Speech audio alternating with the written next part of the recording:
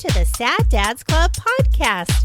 Here's everybody's favorite sad dads, Jim and Foo.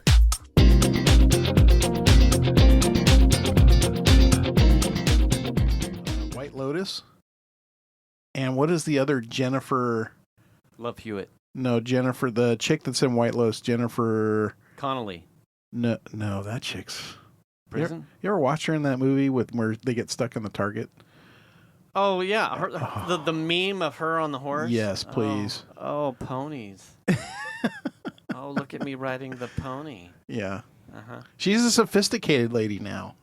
Yeah, she was in Maverick. She wouldn't be caught dead with that in that situation. I bet she would. And she'd bring a whole nother set of dudes. Jennifer Coolidge. I don't know who this is. Have you seen the movie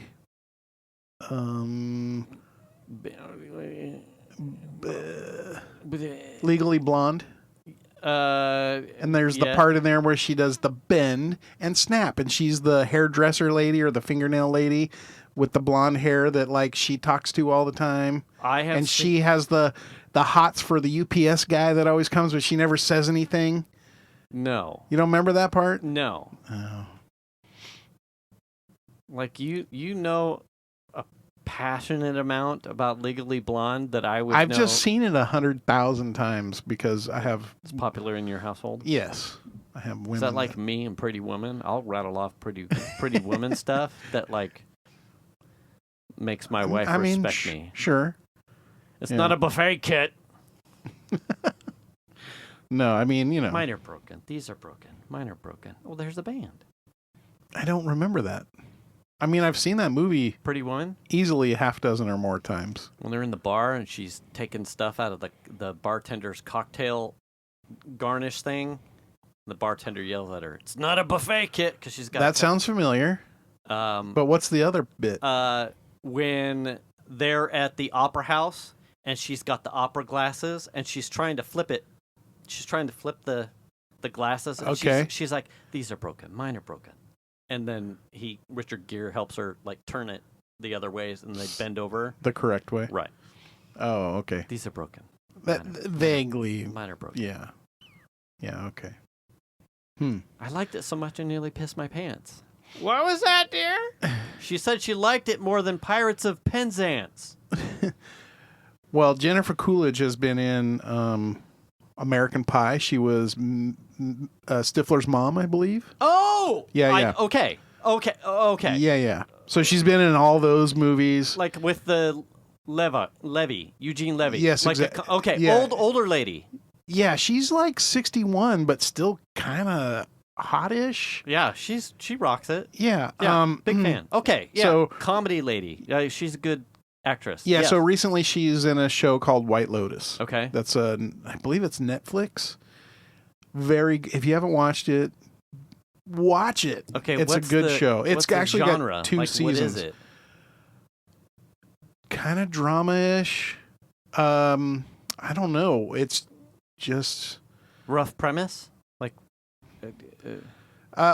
we just watched season 2, which is fresh in my mind. It basically surrounds a bunch of people that end up going to like on vacation somewhere. Okay. So both seasons have this sort of premise, and it chronicles these different groups of people that end up at the same place going on vacation. Okay. And the stuff that happens that they all get sort of interconnected with. Okay. It's like someone die and there's a murder, or is it like There is a bit of that like happens at the beginning of the season. Someone dies, and that's sort of like the preamble, and then you kind of go back in time and like watch all figure out how that happened. Bye, camera. Yeah, what the fuck? And so there is some of that. Yeah, it's not necessarily a murder mystery kind of thing, but it's sort of the interconnectedness of the people that are sort of involved to a certain extent. Like one of those like Love Actually. Like there's a series of tiny stories that Yes.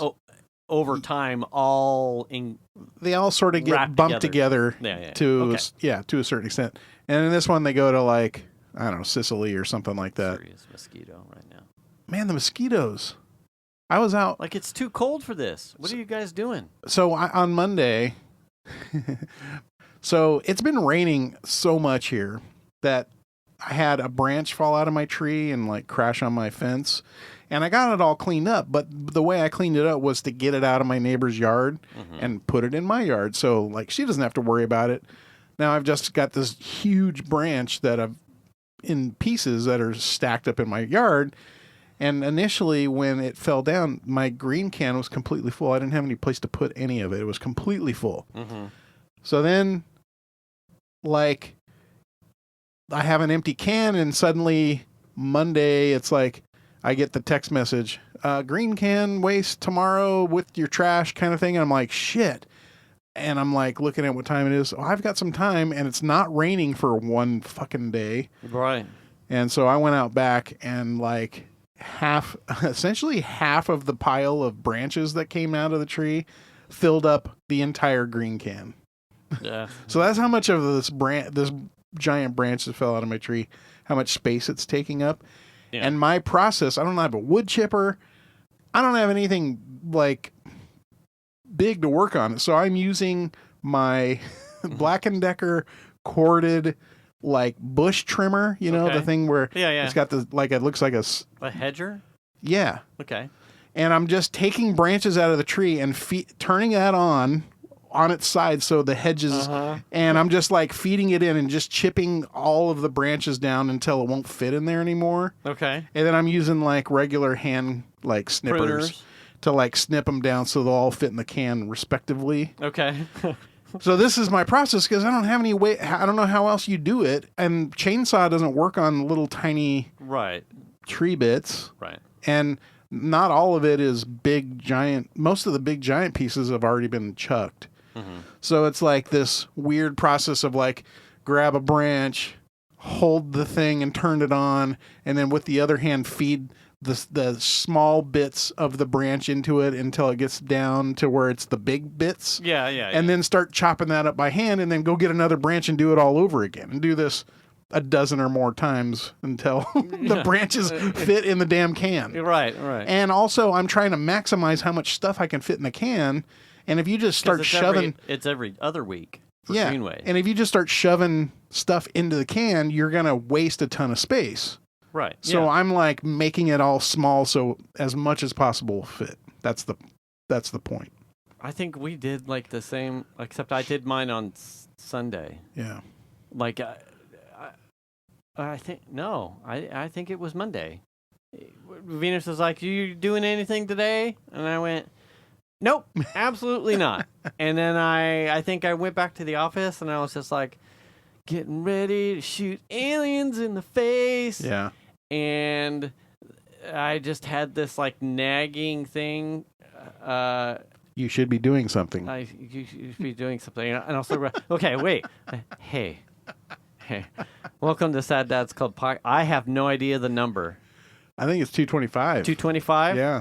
I'm the Lord Fu. I'm Jim. And we are not in life jackets from all this rain. No. But here's where the nagging splinter in my mind for my free day, what was a free day, came from. We got... so if you've been watching any sort of weather from the West Coast, it has been atmospheric river after atmospheric river out here. And if you've been listening to this show for any length of time, we're here in Northern California, and we struggle with drought to drought to drought to drought. It's really fucking hot, and then there's no rain. And no water. There's no water. There's water rationing. Everybody's and it's fucking dry as shit. And then the fires, and don't run your sprinklers. Let me explain how much water we have gotten. This is something that I learned yesterday that is fascinating to me. Okay, you have an updated number, I'm sure, then. No, this has no numbers whatsoever. Oh. This is something that happened that I learned about yesterday that blew my mind. Okay. The ground is so saturated with water in San Francisco, where they have all the gun batteries around, like near the Golden Gate Park, or Golden Battery Gate Bridge, Park. Stuff like where that. they're up on the hillside and these big giant like bunkers. Yeah, concrete bunkers that sit up on the hill. one of them fell down the hill. It was so saturated with water that a bunker fell down the cliffside onto the beach below. Oh, wow. The entire fucking concrete bunker slid down and ended up on the beach like... When did that happen? A couple of 100 feet down the hill. I don't know, a couple days ago. I got to go look that up because I'm curious. I'll send you the link. Fascinating. Like, that's how much rain we've had that it has soaked the hillside so much that shit's just like, I give up. I can't hang out up here anymore. Yeah, I think the last number that I saw, which doesn't jive with like our rain gauge, our highly non-scientific rain gauge that right. my wife is like tabulating on Post-it notes. Okay. Because we have to keep because it hits 5 and then we have to dump it out. I think the National Weather I think I put it in our Discord. National Weather Service had us from like the 29th to the 11th or 8th or something like that. Had us at 8 inches. Now, that doesn't...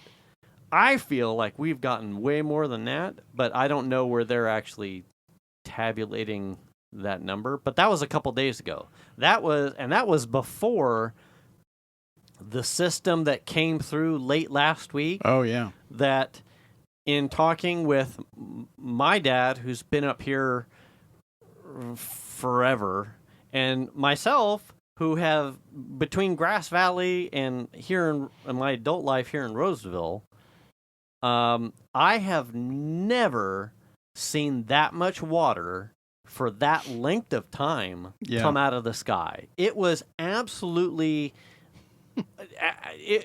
an aerial flood. Absolutely. It was intense. And then I think preceding that dumping of water, we had probably also what was the worst amount of wind I've ever experienced here in Roseville. Yeah. Like bar none. It kept Venus up all night because there were sounds coming from places that we're like, fuck, the trees are going to go. Like the two oak trees are going to go. Oh yeah. Well, she's in a anxiety sleep, and sleep being a light expression, certainly. So now we're getting to the splinter.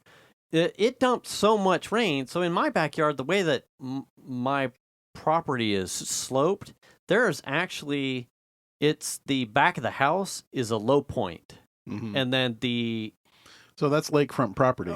Yes. And it was, before we had our addition, because we were explaining this to Piper, before our addition, the back sliding glass door would flood. It would turn into a huge leading out into the rest of the backyard. Yeah. It would flood. It would start creeping towards the house. Right towards the back door. Yeah. And then it would get up to the sill. And it never came into the house or anything like that. But you could tell it was a low point, and that was a problem.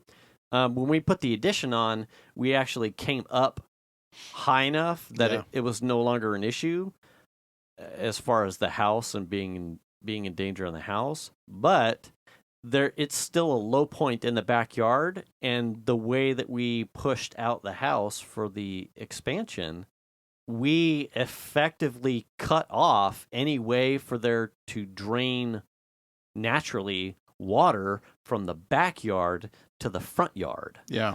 So I put in a small sunken cistern with a pump, and then ran a tube and piping all the way in the French drain, all the way that length of the house along the fence line, and it comes out just downhill of the sidewalk. Yeah. The thing that showed its ugly ass fucking head during this storm was that the cistern, I think I came in to get some breakfast, and the cistern was just going ape. Like, and usually it'll run for about a minute and a half. Yeah. It's a good pump. A minute and a half, and then shuts off. I'm making toast. So do you think it heats up or something, or? Oh, I'll get there. Oh. I'm making toast, okay. And it's like still going, and here it. And I'm getting ready to walk back to the office, still going. Yeah. I'm like, okay. Fuck, something's not right. So your whole drainage, if I'm understanding what you're saying, relies on a pump to make sure that it stays empty or manageable. Yes. And I have had this pump probably five plus years. I've never had a problem with the pump. Okay. I have upgraded the pump because I tied more stuff to dump into the cistern, but I've never had a malfunction that went sideways as a result of cheap equipment or anything like that. So as I'm walking away, I hear the pump like, well, that's not right. That's not normal. So I slippers on, go out to the back patio, and the pump, the hose that comes out of the cistern is like snaked into a drain. Yeah. And the pipe that goes down the side of the house. Water is coming back up out of that, and also out of like a small breather, like almost like a P trap. It's like just a breather for the line, so it doesn't create some weird siphon effect. Yeah.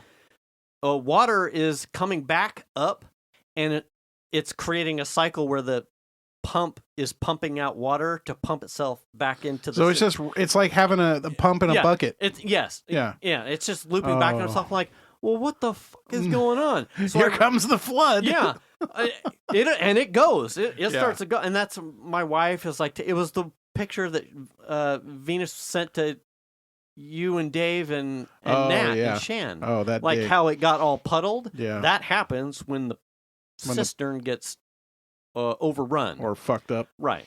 So I run out to the front to check the little like pop-up trap where all the water comes out, and it's coming out, but it's like trickling. Well, what the fuck is this?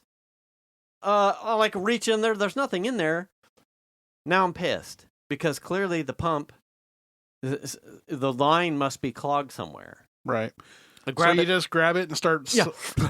Yeah, I'm over there like a Mustang Ranch whore, just giving it all the sucks. You are the plunger. Yeah. Nothing's happening. So I come in the garage real fast. Now I'm pissed. It's still raining. I grab not a plumbing snake, but just like a fish line, and I stick it down at the top of the exit valve, and it gets, shocker, about 8.5 feet up the pipe before fish line doesn't go anywhere anymore. Oh. Looking up at the tree, ladies, her cedars or whatnot, that have crept themselves all the way across the top of my lawn. My guess is they have punched through the line or compressed or strangled the hose, right? Or the hose, the French drain line. How big of a? It was like a 3-inch cunt. Oh, geez. Yeah, that's a big one. So, what happens is roots will get in there and just bind up. And without having anything to, plus it was raining. Everything was going to shit. I'm like, which is the best time to go clean your gutters. Absolutely, when it's dumping ass rain and the gutters are overflowing. Like I have nothing to fix this. I have nothing to fix this, and the backyard is precariously starting to float. Kind of shit. And then my wife's sending pictures, and everyone's like, I hope nothing's wrong with your house. I'm like, nothing's fucking wrong with my house. If the fucking trees would not be clogged, everything would be fine. You just get out there with a shovel and start digging a ditch from the back to the front. Dude, oh no, really?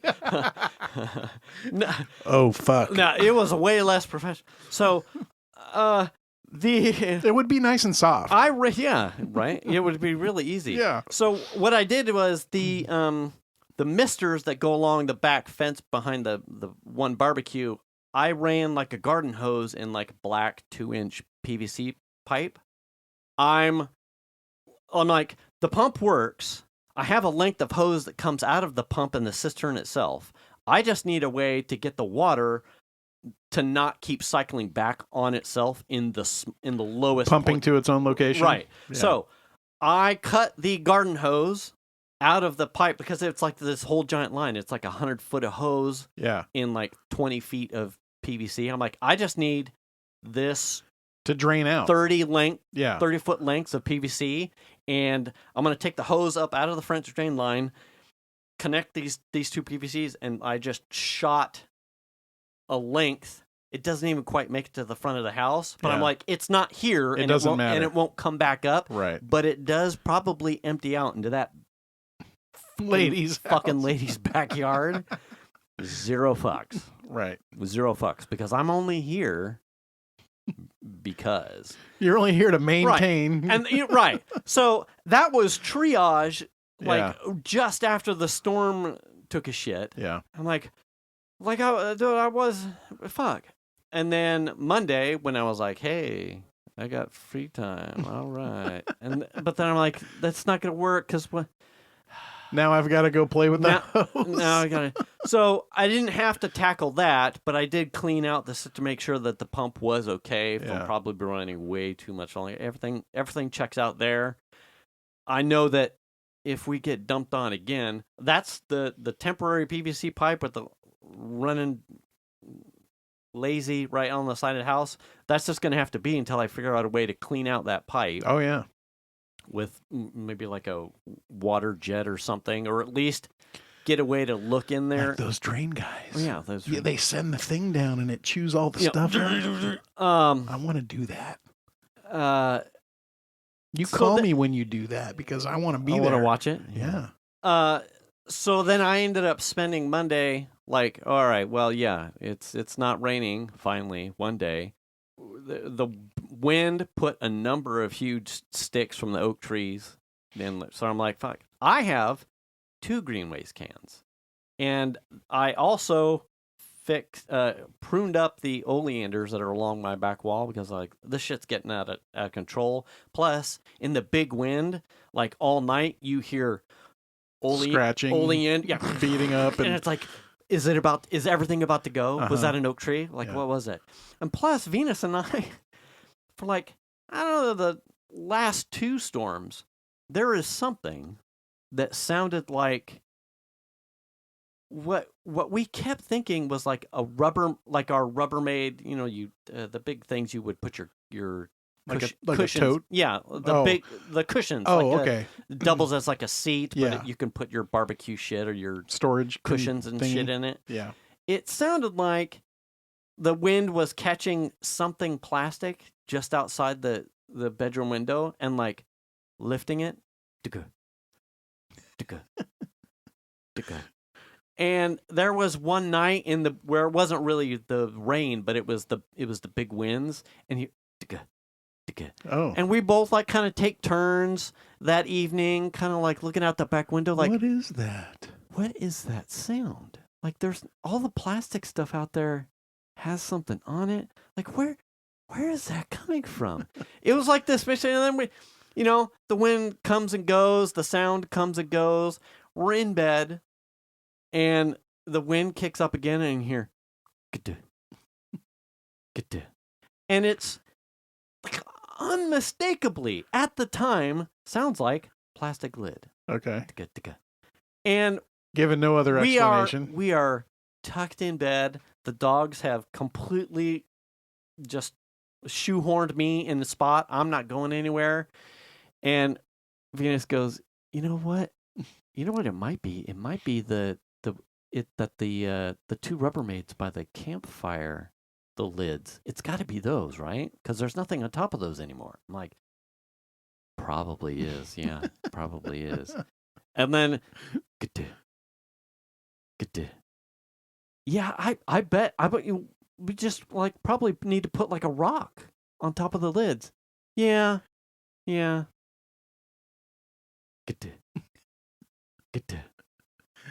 And she can't let it go. Yeah. So she gets up.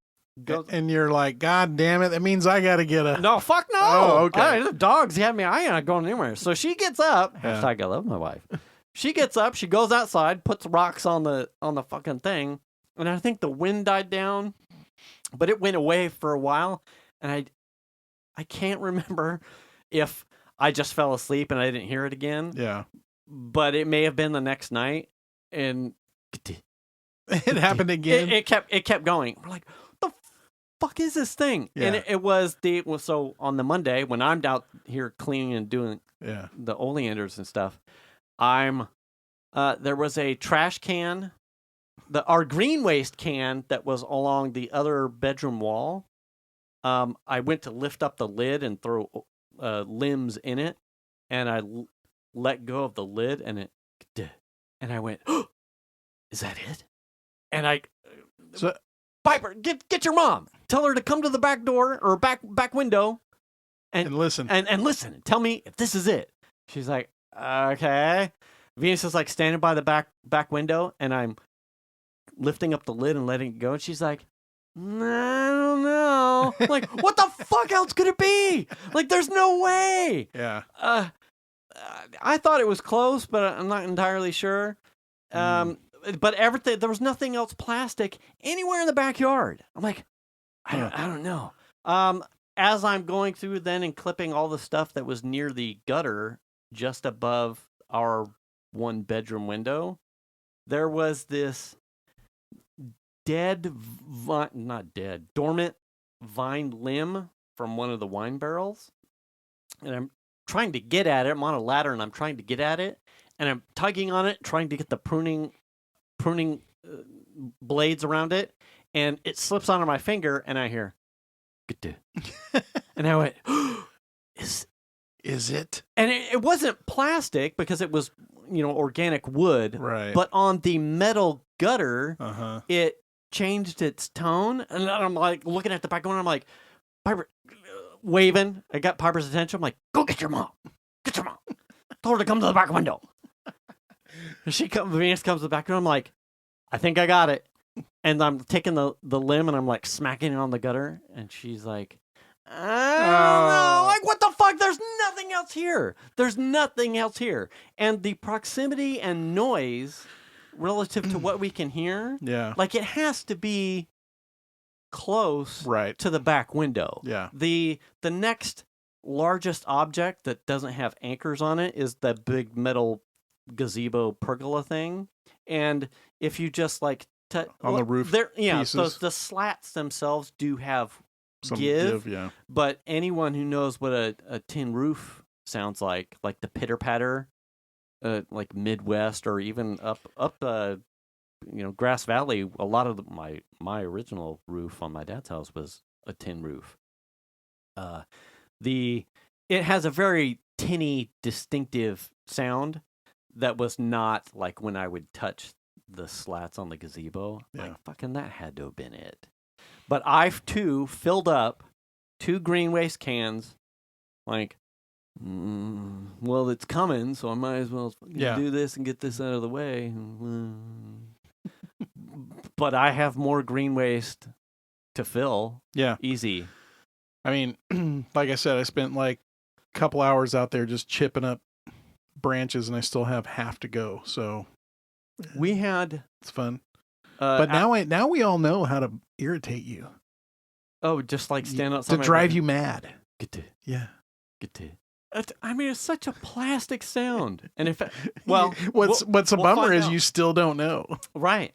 This point, right? It's gonna have to get really windy, and if it doesn't happen again, then it was either the oleanders branches on the gutter, the green waste can that I have moved, and is nowhere even close to the master bedroom, or it was that one vine limb on the gutter. Like, and if it's still out there, I have zero clue. So does it only happen when it's windy and it doesn't have anything to do with rain? Nothing to do with rain. Interesting. Not at all. Sacramento rain totals from what I'm seeing right here is 10.66. That checks out. Yeah. It's been a lot of water. I can't find Roseville in this giant list of cities. So I don't know why, but and the Sierras, did you see that picture of that GIF that I put in our Discord? The difference in the last I don't remember the amount of days. It was the amount of snowpack that the Sierras have accumulated. Oh. The Sierra Nevada. How did I miss this? I posted probably while your mom was dropping you off. Oh, okay. Then that's why. The Sierra Nevadas have the deepest snowpack of anywhere on the planet. Really? Right now. I mean, that didn't used to be that uncommon for the Sierras to. I mean, think about what happened with the Donner Party. They had like 20 feet of snow up there back then. Yeah. I mean, that's not currently. Yeah. I mean, in recent modern times, like there haven't been very many. I'm thinking since the 90s. mid 90s was the last time we had probably a really big snowpack. I would have to take that on, yeah. Because I'm guessing. I haven't, I mean, 90s, I was worried about youthful discretions and well, I mean, sporting meetings. You know, that's when I snowboarded. So I remember there being, and I remember we had one really big storm where Roseville had flooding. Yeah. Bill Clinton came out, you know. I remember all that stuff happened, and I remember we had a lot of snow at one point, and then it just seemed like it stopped. It slowly kind of went down, and then we've had snow, but nothing. I would say going easily into my 20s, youth, mid 20s, snow was never something that I had. Like, we have it. We have a lot of it. We could go snowboarding and not worry about any time of the season. There was no, it was like, yeah, once it got warm, the snow was gone. Right. And when it got cold, there started to be snow and you went. Yeah. Then the late 20s, early 30s, when I started to become a adult, then it was like, oh, well, we can't go up because it's been a light snow year and there's not, and then you become a homeowner and you're worried about snowpack and rainfall totals. When you see the guy from the, I don't know where they take these readings in Truckee or something, and they march out into the field with their stick or their pipe or whatever it is to take this, and it's literally a grassy field with little bit, and you're like, why are you? It's just for the cameras now. Stop, dude. We know it's there's nothing. We know it's negative. That's a snowball. Yeah. It's actually sucking water out of your body as you walk out there. It's literally draining you of moisture. Yeah, because that's what it is. It's a fucking desert. It's interesting to see the reversal. My dad and I watched Mammoth Lakes. Have you followed any news that they're having? They had, I think they've got 30 feet of snow. All this stuff has pushed in like 30 feet of snow. Really? Absolutely crazy. This guy was posting. I don't know if he lives in Mammoth Lakes. Yeah. And I think he maybe freelances as like a road clearer, snowplow person, maintenance. Yeah. He's like, I've never made so much money. Oh, certainly. And he's just like documenting and like filming stuff like vlog style of him running his huge ass dozer like up and down the roads, trying to clear the post office for deliveries, dig out residents. The amount of snow, he's like, we're having to start building ramps at cliff and edges of the roads because we're running out of places to put the snow. Yeah. So now they're in this place where they have to start architecting with the snow. You have to start building stuff in spaces that are available. Yeah. That you snow piles. Yeah, you're not really building piles. You're almost building like huge ass like ramps, like you would for a pyramid or something. We're making a parking lot with snow over here. Yeah. He's just like, park over here. At some point, you start you get the little bobcats with the snow plows on the front of them, and the snow drifts on either side of the road are so high that you can't blow snow anywhere. Even with a high-powered snowblower, you might not be able to throw it over. So he's like, then we have to start taking stuff off of the side of the road in what was originally the drifts and push that out of fucking town. Like, absolutely fascinating. It's like it was like watching the guy, the cleaning gutters guy. Yeah. It's just this dude pushing snow around in his tractor. Wow. Like, fascinating. Well, people are having to tunnel into their homes and stuff. You know, the first floor door is buried. Oh, yeah. You know, and like him, like taking shots at like neighbors that aren't taking care of, like, oh, the guy with like 5 foot, 6 foot of snow on top of his roof. He's like, that guy's fucked. Come on, get out here and handle your shit, dude. You're gonna lose that roof. Like, oh my God. Talking smack about his neighbors. Like, oh, buddy. I mean, he's passionate about it. His channel had like tons of views because it was like some generic Mammoth Lakes thing that almost looked like a community thing, and he's talking shit about every neighbor. About every neighbor. Like, that guy's fucked. He's too late. He come on here, and you're like, oh man, I don't know. Well, because the bummer about snow on your roof is it's heavy, but as it warms up and starts to, if you don't do anything with it, and it warms up and starts to thaw out a little bit, and then it becomes ice and very heavy. Yes. And then you start having leaks and roof structurals issues. And all kinds of So I don't know if it's raining right now. So spoiler alert. Yeah, it's raining, but our forecast is empty for the next 10 days. I think. It? Yeah, I don't think we have any snow coming. Famous last words. We'll probably get some atmospheric river right out of Japan or something. Who knows? Yeah, it's been crazy. Yeah, like literally, I think it's been like 3 weeks or a month with all the snow and because I remember even New Year's Day is when that limb came down, and it had been raining for a while. Yeah. You know? I know that because my dad likes to keep tabs on Shasta specifically, like the inflow and outflows. And I think Shasta was letting out something like 30,000.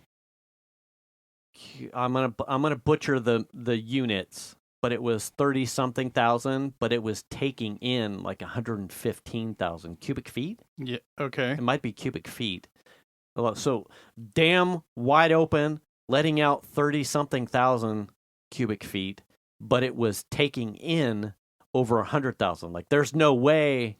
Folsom, I can't remember what Folsom's intake and outtake was. Well, I was seriously, but it's a lot of water. When we took Melanie to school, we have to drive right over Shasta. Yeah, I could not believe how empty it was. Yeah, and relative to that, those high inflow outflow numbers, I think Shasta was still only like 43% at capacity.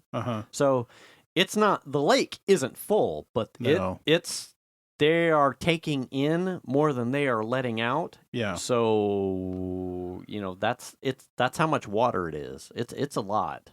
I was hoping to find that information, but it's never that easy. No. The first link is not the... And I've yet to make it over to Folsom to see the new overflow spillway in action. Have you? No, I would love to see that though, because that spillway's brand new. They used to just have the front of the dam, and it's got access too, so you can walk on that trail right along it. Yeah, and get a. That spillway is built where that parking lot used to be, I believe, or part of it. Yeah, there used to be that big side parking lot over there. That's actually where I proposed to my wife. Remember the days when you could drive? What? Yes, that's actually where I proposed to my wife. By the Folsom Dam? Yeah, by the lake there. Really? On New Year's Eve. Oh, wow. Look at you. Yeah. It was one of those things where it was foggy. It was really fucking foggy. Oh, yeah. It was one of those New Year's Eves where we had crazy ass fog. Yeah. And my goal was to drive up 50 somewhere and find a place where we could look out and hang out and then pop the question. Yeah. I couldn't find a place to get out of the fog. Oh. You're like, let's go to the purple room. So we just ended up at the lake because we didn't have anywhere else to go. I'm like, shit, we're going to end up in Tahoe. I mean, I guess that's not that bad. But right. I didn't plan on driving that far. God damn it. So you didn't plan it, but that's where you ended up. Yeah. So, yeah. Just hanging out at the... Yeah, there's that night little or day. It was in the nighttime, like New Year's Eve, close. Oh, New Year's Eve. That's right. You said.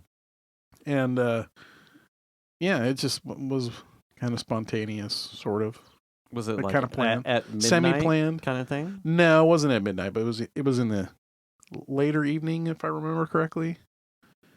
Yeah, it was. Were you weird. there? Okay. Oh, I was there for New Year's. You stayed there the length of time, or just leave a voicemail. Hey. When you get this message, will you marry me? Boop. No, we just went and hung out.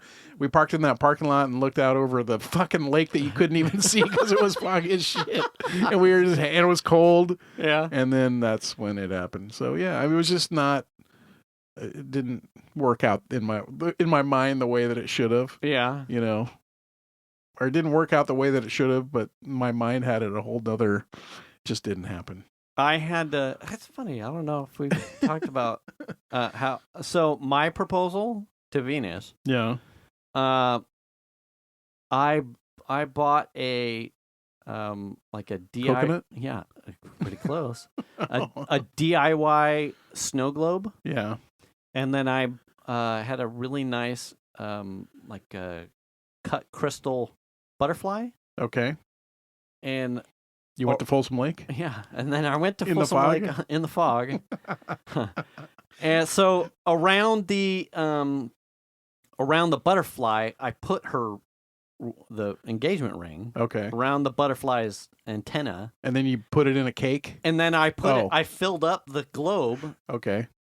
And then it gave. What did you fill it up with? As a Christmas, I'm pretty sure it was filled with water. Okay, good.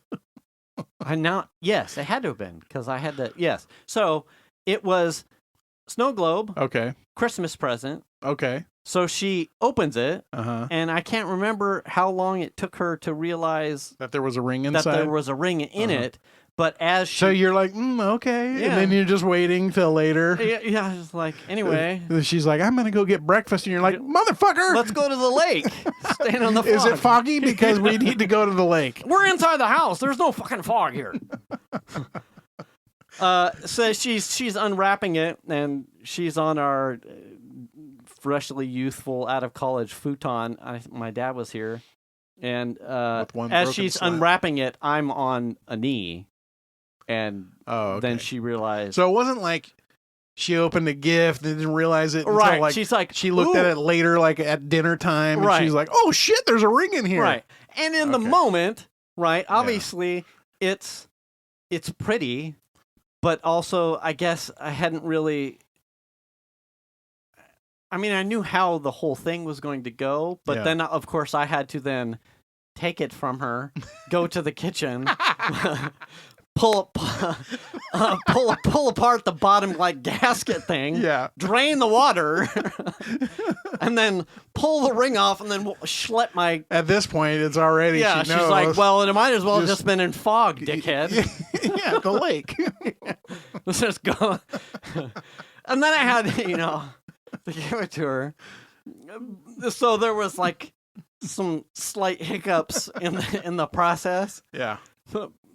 But the thought. I mean, if you would have done it, if you had more time to think about it, you could have just put a dummy ring in there and then had the actual one.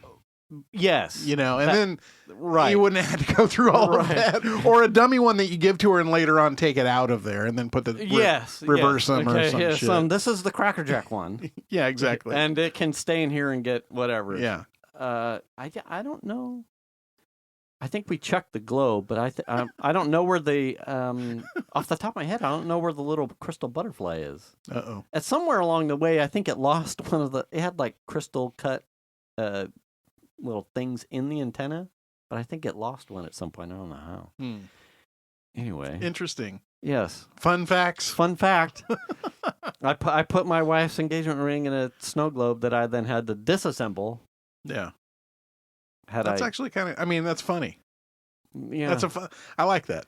Yeah. Mine's just kind of sad. It's like, well, it was just fucking foggy. Listen, I couldn't not find the fog. Why are you pulling over? Look, I'm tired of fucking driving. Yeah. And I got shit to do. One of which is you, baby. It's gonna be midnight before long. Shit, how far do I gotta go? We're in Folsom. It's like here or Sutter Street. My thought was, for me? I could go to El Dorado Hills where you can see out over. Sure. But the fog just, and so I just kept driving up 50 and it just never stopped. It never stopped. And I'm just like, fuck it. I don't know. There's fog everywhere. Yeah. So I just turned around. Intel's not there, so you can't propose in front of there. Right. There wasn't a Costco around it back then, you know. I don't know. So anyway, yeah. So let me gotta ask you, when was the last time you got stranded by your vehicle? It's been a long time. It's been a while. I can't think of the last time I was actually I think it might have been the PT Cruiser. No, it didn't strand me though. It was my Civic. I think the Civic stranded me one time when the distributor cap exploded. Oh. On the freeway. And I lost power real quick. Yeah, that'll do it. The Cadillac has stranded us. It started acting up, started missing. Right. So this is your PCV valve adjustment stuff that we covered last week, but not related entirely. Yeah, not necessarily related. Did have that problem. Did we talk about that? Yeah, last week. The funny. Yeah. Oh, that's right. Clips yeah. That you dialed in. So yeah, I mean, I replaced that hose, and all this kind of stuff. But I was having trouble, which is the reason why I even found that hose. So the missing and stuff had started, and the reason why I was under the beauty cover and looking at it was because I was swapping coils, thinking that I had a bad coil, and that's how I found out that I had a massive air leak because I had a PCV hose that was bad. Right. And but what would happen is when you give it some throttle, you'd kind of feel it, and then it would kind of clean up and it would drive okay. And if you just drove it like not hard, right, it seemed to drive okay. It didn't really feel bad. It didn't feel like it was missing. And then all of a sudden it just like gradually just started to get worse. Okay. And to the point to where you would start to feel it missing, and then it would check engine light would come on and it would start missing hard. Like the car would shake, like it was just not happy. So Shannon and I went out and were running some errands and playing Ingress, and it stranded us at the fountains. And so I noticed that if I just let it sit and cool off, I think I'd messaged you. Yeah. If I just let it sit and cool off, it changes over time as it cools off, like from like missing hard to where it's running super rough to like just missing a little bit to all of a sudden now I can drive it and it's fine. Okay. So we just sat in the park. I actually set up for AAA to come tow it. Oh, okay. And it was going to be 111 minutes. Oh, Jesus. For them to come tow it. So I'm like, well, that's plenty enough time for us to just sit here and wait for it to cool off a little bit. Right. And then I would check it. Oh, it's running rough. I'm not going to drive it like this. Right. And then at some point I started it up and it ran smooth as butter. Okay, well, we're going right home. We're driving down Diamond Oaks. You know what I mean? Yeah, fastest, straightest. Yeah. Oh, sorry. I just blew through 3 stop signs on Diamond Oaks. Sorry, everybody on Diamond Oaks. Yeah. Sorry. He didn't mean it. Got home without a problem. Canceled the AAA. That was still 100 minutes out. God, no way.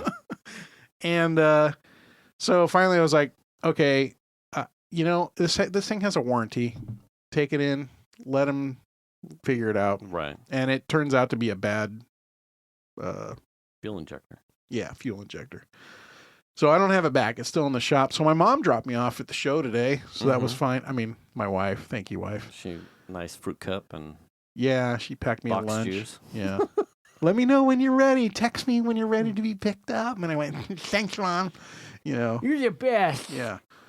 But yeah, so it's just kind of you kind of take that for granted if you don't ever get stranded by your car, because man, that's an unsettling feeling. And I'm just super glad we were close to the house. Yeah. You know what I mean? Yeah. Because we could have had someone pick us up or take Shan home or whatever and dealt with it that way. And I would have just sat with that's fine, you know, yeah. But, the fact that you were like near home, it wasn't that bad. It was like, well, shit, we got to get home. And it's like, well, let's wait for it to cool off, I guess. Yeah. Hopefully it'll run okay. And it worked out, and then it ran fine all the way to the shop. So how bizarre. Yeah.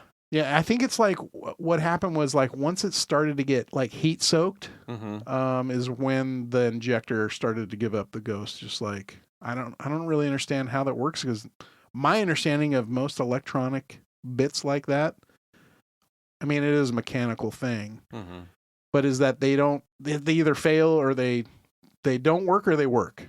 Right. And this is a situation where it ran fine. And then once it started to heat up or get heat soaked, it just started like saying, nope, can't do it. Weird shit. So. Yeah. Like all the fancy shit. I mean, it's, your variable valve and things that get moved over and computers adjusting fuel pressure and fuel rate out of when, how fast, right now, no, yes. The variable valve stuff's interesting because it's relying on like oil pressure and squirting oil through something, right? So and a solenoid turning on, voltage and any wire that's like, oh man. I watched a really interesting video recently that was one of the car repair shows that I like to watch on YouTube, and South Main Auto Channel. He did this repair on a truck. I think it was like a Tundra, and essentially it would crank but no start, which is, you'd be like, yeah, it's the fucking fuel pump. It's not. He can spray like brake cleaner into it and it'll run enough for him to get it in the shop, but then once the brake clean goes away, it won't run anymore. Okay. And I'm like, fuel pump. Well, he ends up tracing and looking at a bunch of stuff, fuses and whatnot, and then ends up back at the pump. And he's actuating the pump through his ALLDATA or whatever tool he's using, right? His plug-in doodad. Yeah. So, and he's like, I'm not hearing it. And he gets back there and he starts probing to see if he's getting the control power to the pump. And he is. And then he like plugs it back in and all of a sudden the pump starts working. And he's like, what the heck? All we did was like probe these two connectors at the connector. Well, he does this thing where he'll pull the thing out and like stick something into the connector, like the metal part of the connector, and he'll check them for fitment. Oh, okay. To see how loose they are. Yeah. And he's like, "Oh, look, my thing just falls right out on these." Okay. So it wasn't a tight fit on the state or something. He basically pulled the thing out of the connector, the actual pin, and like bent it so it was tight. And then did that on a bunch of them that were loose, and then put it all back together, and then it ran perfect. Started every time, the pump runs like it's supposed to. Yeah. So it's like, man, some of that stuff is just like, how did it get like that? You know what I mean? Yeah. Like, why? That's the kind of muck and fagic. Yeah, seriously, it's amazing. Anything works. You see something like that, you're like, that one connector had like 3 pins on it that were soft, and the rest of them were decent enough that they had good connection, but the ones that it really needed, wouldn't, they were so loose that they would intermittently connect and then intermittently get power to the pump.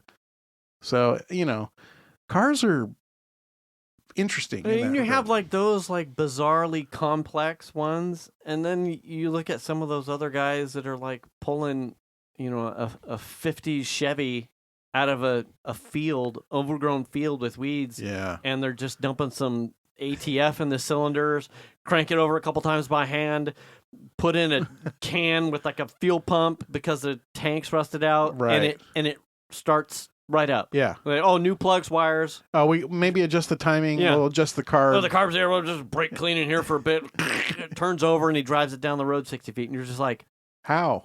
Like, there's no way cars. Yeah. Are doing that now. I don't think that with the electronic bits that we have, it's not conducive to longevity, it seems like. No. And Venus is on Sunday? Sunday we went to go was it grocery shopping? We were gonna go Saturday. I think Saturday we were gonna go somewhere. And we go to get in the Explorer, presses our start button. Oh. The fuck? What? Because she, Friday, she was bebopping around. Yeah. Parked. Yeah. Bob's your uncle. And she button again, and I'm in the passenger seat looking over like, you need some help handling your shit? What's going on here? Did you press the button? It's a start, and you press it. # I love my wife. Remember that really nice story about the engagement when you get those. Anyway, so she knows what the fuck she's doing, obviously. Yeah. And yeah. like, Dead battery. your battery's dead. That is something. There's no lights, nothing. Right. She didn't leave anything on. The car was locked. Everything was. That's probably the original battery that was in it. Was her second one. Oh, really? That's not how. What's the year of that car? 18. 17, 18. So it's 5 years old? It's five or 6 years old? Yeah. And second battery already. Second battery. Now, the funny thing was, both of us were like, wait, I thought you just had your battery replaced. Both of us knew she had her battery replaced before. Yeah. It was just neither of us could remember when. So we got in the RS and we did what we had to do, and it was fine. Yeah. She's meticulous with record keeping. Yeah, absolutely, and it was always helpful. So she's digging through her stuff on Sunday while I'm working and whatnot, and she finds that she replaced 2020. Okay. 2 years. 2.x years. Right. Yeah. And the expiration date on the battery was it was almost dead nuts. 2 years. Oh. Battery life expectancy, warranty, 2 years. That fucker within less than a week had hit its expiration, and it was dead, dead as doornails. Wow. And it was like, well, that's fucking yeah. I don't even have the opportunity to you literally. It was like, it's time now. And now I'm old. Yeah. And no. Yeah. I'm all done. She the auto mall was open on Martin Luther King Day, so we were gonna just jump it, charge it enough to take it in and then have it replaced, but it wasn't covered under warranty anymore, I think it was. Either way, she was out of warranty. So then I was like, well, fucking why bother with that? Don't go to the dealer to buy a battery. Well, right. Because they're going to bend over. In between my stuff working on Sunday, in between change controls, I just went out, pulled the battery out. She's like, I'll just put it in the RS, drive down to AutoZone, get yourself a new battery. Yeah. She does that. She gets there, and the gentleman, I don't know. I didn't do enough deep diving to know if he was on the level, but when he was, direct replacement of the battery, do you want the trim models of the whatever Duralast he was going to get her? And she's like, I don't really care. I need fits comparable, no less, kind of a thing. He's like, well, the gold will do this. He's like, do you have the auto start? She's like, yeah. But it, by auto start, I mean you're at a stoplight or stop sign. Oh yeah. And you're on the brake. You need a specific battery for that. And your car auto shuts off until you give it the gas or you put it in gear in a manual. She's like, yes. Because we had this conversation like a week ago. I'm like, why doesn't your car do that? Mine does it. And hers, the Explorer's newer than the RS. And we both kind of like scratched our heads like, yeah, wait, why doesn't the Explorer do that? Voltage. And it wasn't until we got home and like I'm flipping through a menu and I'm like, you surely have to have this feature. Right. Found it. I'm like, give me your fucking keys. I walked out to the Explorer. It's in the menu. It's off. I turned it on. It stays on. Oh, well, okay. Like next time when you're on your way to work, let me know if it stops at the stoplight on your way to work. Your thing kicks in. Doesn't do it. Comes home.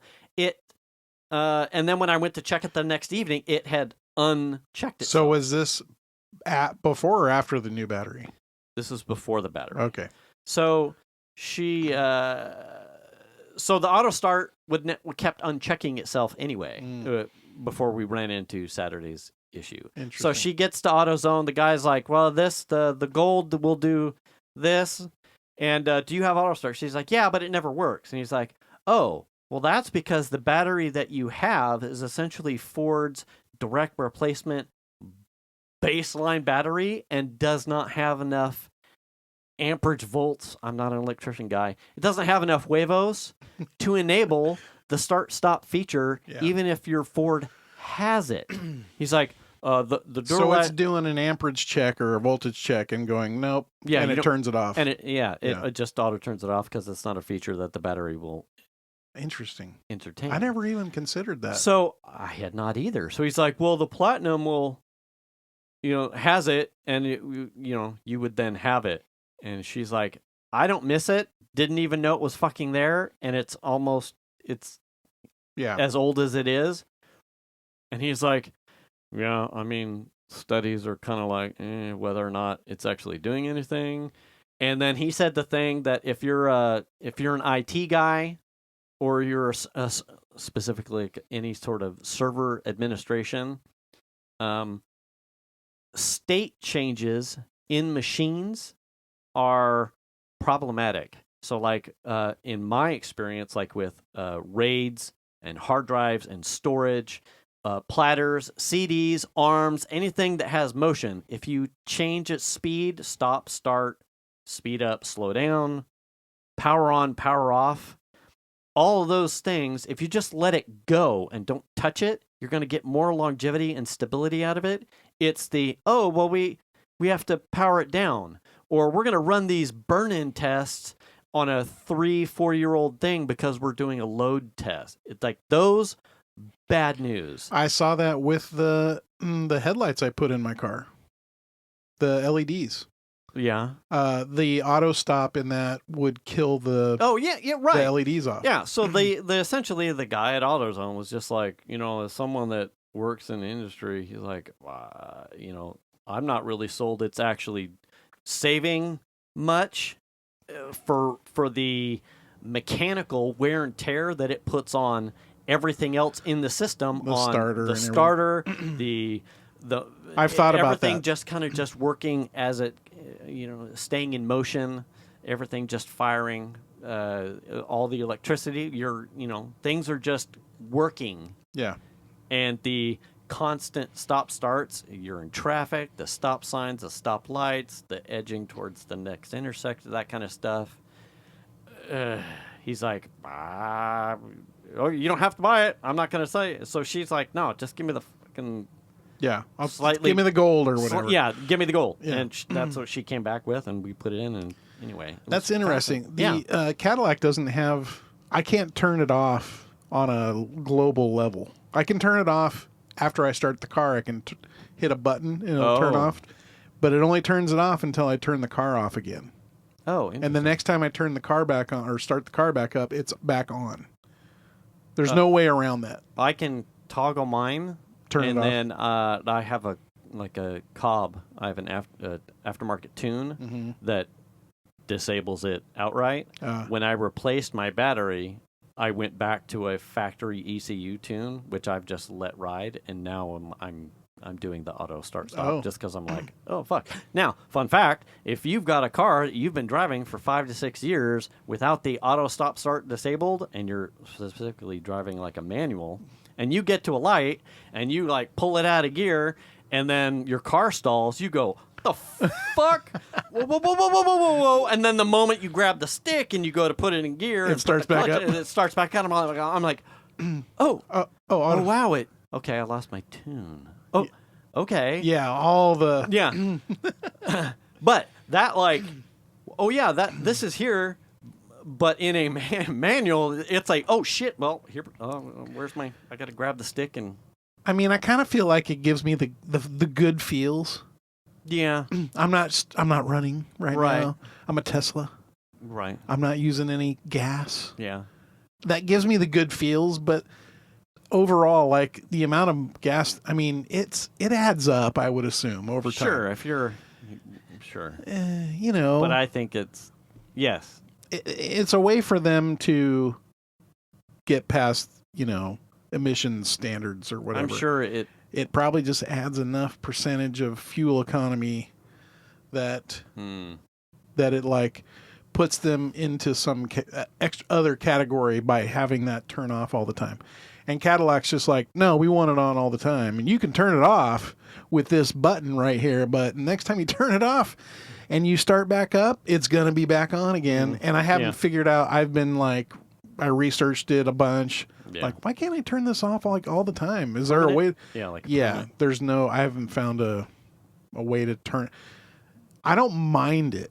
Yeah. I don't mind it, but I do think about like, fuck, that better be a good goddamn starter they put in that car because it is being used all the time. Right. You know. Yeah. And it is like, it feels like, you know, it's like punching the fucking engine all the time. Boom. Boom. To me, it's weird, especially when you know exactly what has to happen and the amount of compression that's sitting there. Yeah. Like to constantly. And is that a special starter? Yeah. That for longevity purposes? Right. And is that a way more expensive Or are they just starter? using the same starters that they were using prior? They're just abusing the shit out of it. Maybe. I don't know. I mean, my old Civic had the starter die in it that I had to replace. I've replaced starters in vehicles before, so it's like I know they go. It seems like I come from that era, like same era as you. Like starters do go bad at a certain amount of cycles at turning the key and cranking over big motors. Yeah, they go south. And then you go buy a replacement starter, and then you can look at it and see the dents in it from when people whacked it with a hammer and it was rebuilt. Yeah. And you're like, oh, it's not even new. It's just a remanufactured starter. There you go. Cool, man. Dorman. Exactly. What the fuck? What happened here? Yeah, we rewound it. Yeah. Oh, okay. Cool, man. I have 2 quick updates because we're out of time. Piper went back up Tuesday. Yeah. Snowboarding. Oh, good. Yeah. They went to Mount Rose. They got like a 2 for something. It was a good deal. She's a snowboarder. Goofy foot. Oh, that made a big difference. Made a big difference. And that's good to hear. Not tiny bit better. This was up and down slopes. She was hitting the half pipe on multiple green runs. Yeah, half pipe. I don't even know if they had. I asked if they had jumps, but I saw footage. Oh. She was having a very good time. I'm happy that she had a good time. Like I was, because she had such. You were bummed, right? Because you don't want to see her. For her. Yeah, you don't want to see her. Yeah, she was so frustrated. I'm like, well, okay. Yeah. I mean, I wouldn't have wanted her to have a bad time because I put her in that situation. Yeah. So I was apprehensively a bit upset with myself that I went and said, "Let's go do this thing." You probably I'm going to push you now, and now you're going to be sad. Right. Yeah. Right. Yeah. And so I was like, "Oh man, maybe that she's just going with friends without." I'm like, fuck, did I fuck up? Like, I'm not quite sure how this... She came back. She was all smile, obviously more pain. She fell on her ass a lot. Yeah. But she had multiple videos of her on green runs, the entire length of the run. She fell a lot, obviously, but she was up on 4-chair lifts, had a good time, all smiles. So I asked her, I said, "How's it feel to be backwards?" Yeah. So, I'm like, you fucked up. Now do it the other way. I said, did I fuck? Was it me? Yeah. Like, what did I do? Like, did I not help you enough? Like, what happened? Yeah. And she basically said that she felt like she was under so much pressure to do it that it tanked her, and that she let Xander's version of success that was better than hers, whatever that was, also frustrated her. Yeah. And her mom, I'm like, because she kind of edged towards her response, and I'm like, I don't care what it is. I can take it. Yeah. Like, I want to know if it was me.